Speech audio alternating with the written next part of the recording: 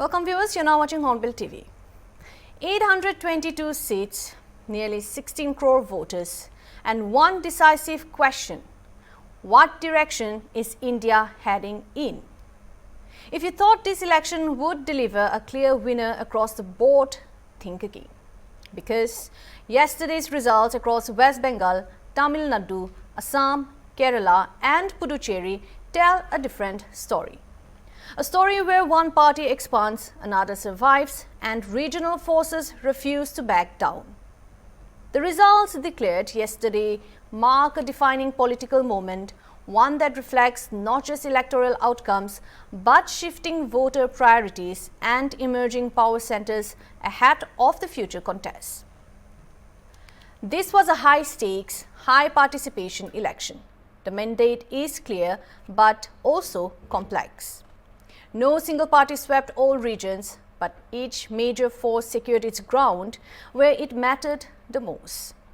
824 seats, almost 15.9 crore voters, which is almost 16th, turnout peaking above 90%. Yesterday wasn't just an election, it was a powerful show of democratic participation, shaping decisive outcomes. The Bharatiya Janata Party expands and consolidates, emerging as the biggest gainer overall. Regional powers like All India Trinamool Congress and Dravida Munnetra Kazhagam retain dominance in their strongholds. The Indian National Congress records a mixed performance with a key gain in Kerala. Now to the state-wise verdict, snapshots where the real political picture comes into focus. This is where we decode the results state by state, tracking power shapes, voter mood and the emerging political trends. As you can see on your screen, West Bengal historic shift. Coming to that, in West Bengal, this is a landmark political realignment with the BJP crossing the majority mark to form its first ever government, effectively ending decades of entrenched regional dominance and also signaling a major shift in voter alliance. Next in line is Assam, where stronghold still holds, because Assam reinforces political continuity with the BJP-led alliance securing a third straight term, an indication that governance and leadership have managed to override typical anti-incumbency trends. Coming to Tamil Nadu, disruption politics, because Tamil Nadu is witnessing the rise of disruption politics as a new entrant shapes the electoral landscape, changing the long-standing DMK-AIA-DMK duopoly and pushing the state towards a more fragmented, multi-corner contest. Next is Kerala, where we saw a competitive turn. Kerala's results suggest a more competitive political phase, with the Congress-led UDF poised for a return, while the BJP makes a modest but also a notable entry, hinting a potential shift from the state's traditional altering power pattern.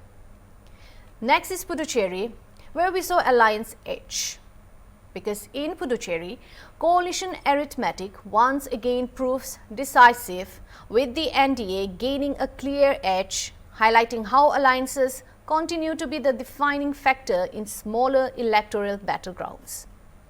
If we look into the dynamics behind the result, what drove these results? A mix of leadership, delivery and political positioning.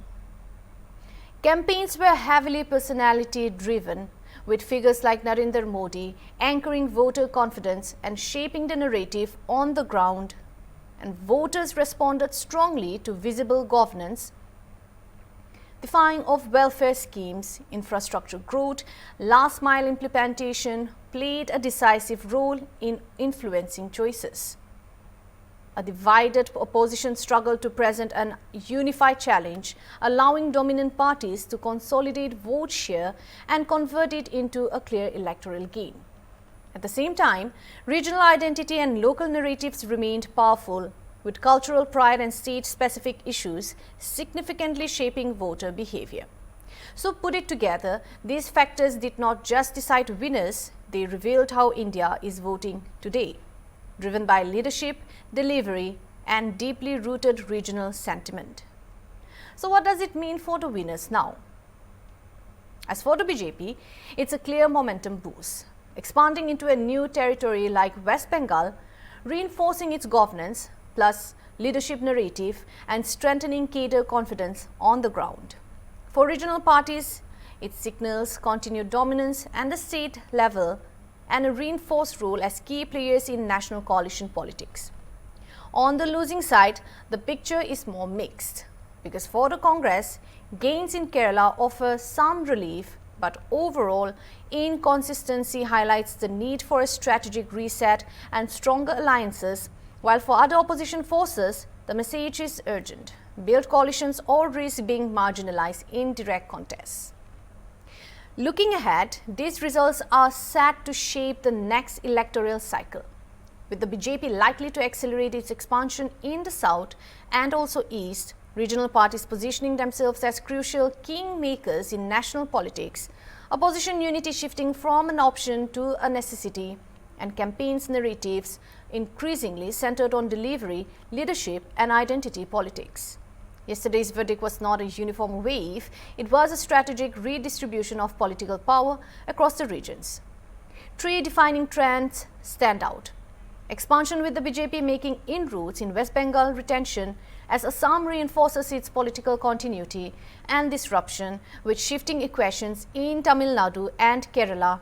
The larger takeaway is clear: India's voters are not backing a single narrative, but delivering distinct mandates across region. And as the country moves into the next electoral cycle, the real contest will not just be about members now, but also about alliances, their leadership, the ability to earn regional trust.